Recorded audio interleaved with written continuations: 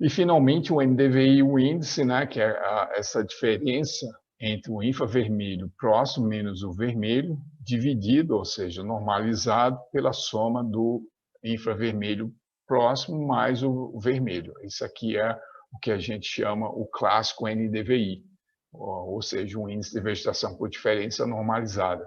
E ele pode variar de -1 a +1, né?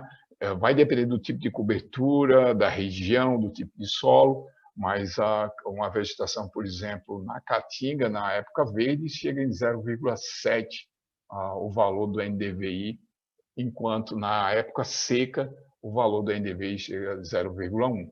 Já no caso da Amazônia, dependendo do sensor e do instrumento utilizado, eu tenho um valor do NDVI em torno de 0,8 a 0,9.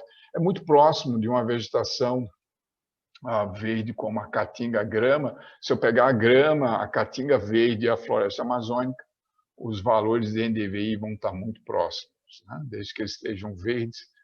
É por isso que a gente fala da questão da saturação. Eu não consigo ter uma diferença muito grande entre uma grama, uma caatinga verde e uma floresta amazônica, porque ali já está um ponto em que o índice de vegetação não separa. Eu preciso trabalhar mais com o índice de área foliar para fazer essa diferenciação, mas o NDVI coloca quase os mesmos valores para uma estrutura da vegetação, né, que é totalmente diferente, ou seja, um índice de área foliar da floresta amazônica pode chegar a 4, 5, até 7, né, 4, 5 ou 6 é o índice de área foliar na floresta amazônica. Já a caatinga, na época verde, o índice de área foliar pode chegar a 0,4, 0,5, 0,3, 0,4, e uma grama eu estou chegando aí 0,2, 0,3. Então, o índice de área foliar, que é a quantidade de folhas e galhos que eu coloco em 1 metro quadrado. Então, quantas camadas eu consigo colocar? Então, se eu cortar uma árvore, eu vou conseguir até 5 a 6, dependendo da espécie, 5 a 6 camadas. É o que a gente chama de índice de área foliar. Já para uma vegetação da espécie caatinga, eu posso chegar só a 3 camadas no máximo, isso quando ela está verde, 3 ou 4. Então, o índice de área foliar é um indicador biológico que poderia separar, né, bem a estrutura dessas espécies. Já o NDVI não consegue fazer essa separação quanto o índice de área foliar. Mas ele trabalha nesses dois índices, né? O infravermelho próximo e o visível, e esses canais que a gente está utilizando aqui, essas referências, é do Meteosite.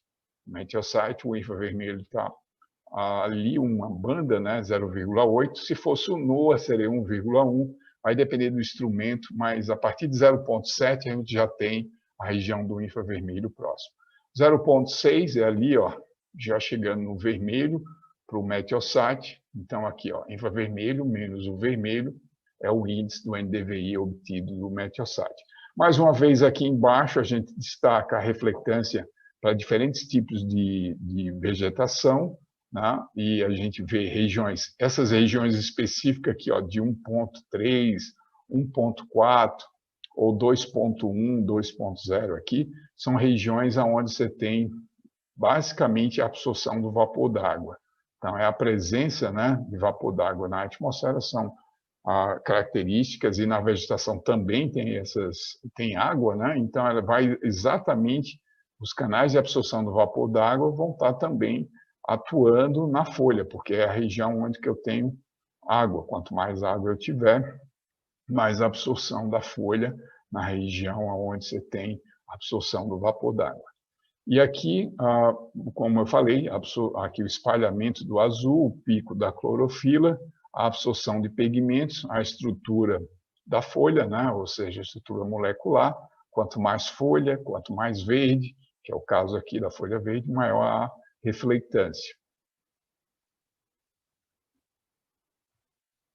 Só destacando aqui a diferença de contraste, né? Vocês vão vendo aqui, ó, o contraste entre uma folha verde e uma folha já com nível de estresse um pouco maior, um pouco menor, o quanto isso faz com que o índice de vegetação diferencie de um caso para outro, né? De uma folha seca para uma folha verde.